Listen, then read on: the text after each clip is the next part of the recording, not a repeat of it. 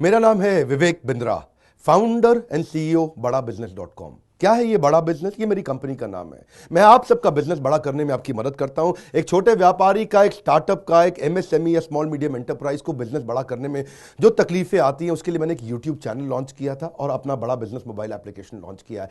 आपको जान के खुशी होगी, आज दुनिया का most subscribed entrepreneurship YouTube channel, world का नंबर 1 बन। आज मैंने देखा कि एक व्यापारी को तकलीफ आती है कि उसको बिजनेस बड़ा तो करना चाहता है पर जानता नहीं, उसके पास जानकारी नहीं है। इसके लिए मैंने कई affordable problem solving short term courses launch. आपने मुझे अपनी नीड, इंटरेस्ट, कंसर्न, एक्सपेक्टेशन बताए। वर्किंग कैपिटल एक बहुत बड़ी तकलीफ है। क्या है वर्किंग कैपिटल? पहले इसको जरा समझते हैं कि बिजनेस फेल क्यों हो जाता है। देखिए, पहली चीज, अगर आपको कैश मैनेज नहीं करना आया अपने बिजनेस में, आप day to day operations manage नहीं कर पाएंगे। आपकी इन्वेंट्री और इक्विपमेंट पे अगर आपको और पैसा लगाना है, आप नहीं कर पाएंगे। नया प्रोडक्ट नहीं खरीद कर पाएंगे और पैसा कलेक्शन में ध्यान चला जाएगा। यार पैसा आया नहीं, उधारी चला गया, पैसा कैसे निकाल करके लाऊं, सेल्स कैसे बढ़ानी है, इससे ध्यान हट करके पैसे की कमी पे ध्यान ज़्यादा चला जाएगा। थोड़ा सा भी एक साइक्लिकल या थोड़ा सा भी सीजनल या एक सिचुएशनल इंपैक्ट आया ना आपके बिजनेस पे, एक दर्दनाक मौत के चलते आपका बिजनेस बंद हो जाएगा, पेनफुल डेथ हो जाएगी। कभी कभार एक बड़ी ग्रोथ अपॉर्चुनिटी आती है, लेकिन आपको फाइनेंस हैंडल करना नहीं आया था ठीक ढंग से, उसके कारण एक बड़ी ग्रोथ अपॉर्चुनिटी आप मिस कर जाते हैं। ट्रेड डिस्काउंट्स आपको नहीं मिलते, कैश हाथ में रहना चाहिए। क्या होता है ये वर्किंग कैपिटल का बिजनेस? देखिए, ये ऐसा बिजनेस है, ये एक ऐसी स्ट्रैटेजी अगर आप सीख गए तो पीछे से आने वाले सप्लायर के पैसे पे ही आप बिजनेस कर जाएंगे। आपको अपना पैसा ही नहीं लगाना पड़ेगा, चाहे आप प्रोडक्ट में है या सर्विस में है। कैश मैनेज करना आना चाहिए, नहीं तो आपकी फाइनेंशियल रेपुटेशन खत्म हो जाएगी और हो सकता है कि जिनको आपने उधार देना है वो एनसीएलटी जाके आपका वाइंडिंग अप पटिशन डाल के धंधे को खत्म कर देंगे। अब वर्किंग कैपिटल के अलावा कुछ टेक्नोलॉजी की समझ बहुत जरूरी है। एक दुकानदार को भी हम चाहते हैं कि वो अपने बिजनेस को ऑटोमेट करना सीखे। क्या होता है ऑटोमेशन बिजनेस का?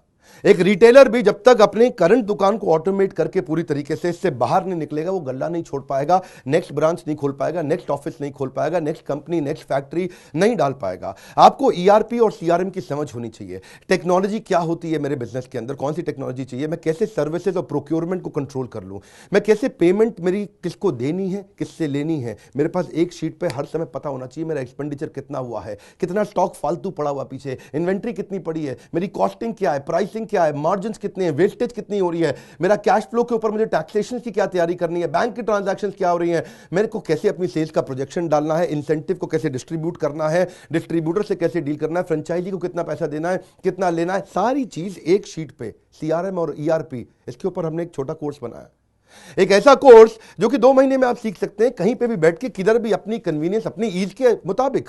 अभी तक मैंने आपको 2 कोर्स समझाए थे, एक वर्किंग कैपिटल और एक ईआरपी और सीआरएम। अब एक और है, फाइनेंस फॉर नॉन फाइनेंस। आप में से कई व्यापारी है जिन्होंने चार्टर्ड अकाउंटेंसी नहीं करी है, जो एमबीए नहीं है फाइनेंस के अंदर। और जब आपने एमबीए फाइनेंस पढ़ा ही नहीं, चार्टर्ड अकाउंटेंसी पढ़ी नहीं, तो आपको बेसिक चीजें हैं। देखिए, फाइनेंस के अंदर 3 चीजें आनी जरूरी है। एक है कि आपको पीएनएल अकाउंट समझ में आना चाहिए, आपका प्रॉफिट एंड लॉस अकाउंट क्या है, आप रोज कितना प्रॉफिट कर रहे हैं, पिछले महीने कितना प्रॉफिट किया, एग्जैक्टली आपको नहीं पता होगा।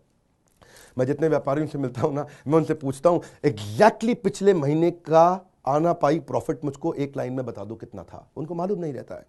दूसरी चीज, बैलेंस शीट समझ में नहीं आती कि बैलेंस शीट बनती कैसे, समझनी कैसे है, उसका मेरी बिजनेस में क्या इंपैक्ट है। और तीसरी चीज, कैश फ्लो स्टेटमेंट।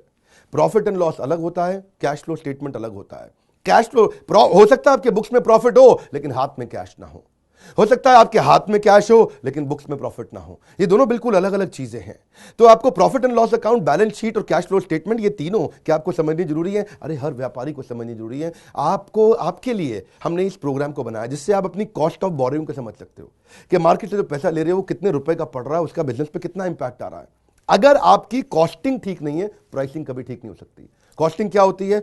एक आपने जूस की बोतल बेची, एक्चुअली वो बोतल बनाने में कॉस्ट कितनी आ रही है, तो वो एक पर यूनिट कॉस्टिंग कैसे निकाली जाती है। साधारण हिंदी भाषा में लोगों को सिखाने वाला कोई कोर्स एग्जिस्ट ही नहीं करता था। हिंदुस्तानी व्यापारियों को मद्देनजर रखते हुए उनकी प्रॉब्लम्स को इकट्ठा करके, इसलिए हमने इसको नाम दिया है प्रॉब्लम सॉल्विंग कोर्सेज। इसमें रियल एग्जांपल्स डाले हैं, इसके अंदर केस स्टडीज डाली हैं, इसके अंदर इंप्लीमेंटेशन के लिए आपको हमने असेसमेंट्स दिए हैं, एनिमेशन हर वीडियो के अंदर डाल दिया, रीडिंग मटेरियल डाल दिया ताकि रीइंफोर्समेंट हो जाए। आपको जब मन करे तब एक्सेस करो, आप जाके रीविजिट करो, फिर से जाके रीबिल्ड करो अपनी अंडरस्टैंडिंग को दोबारा पढ़ के। और मैंने ही खुद मिल करके अपने बेस्ट देश के ट्रेनर्स के साथ इन सारे कंटेंट को तैयार करा। मैं आपको फिर से सुझाव दे रहा हूं, सफलता को डिले मत करो।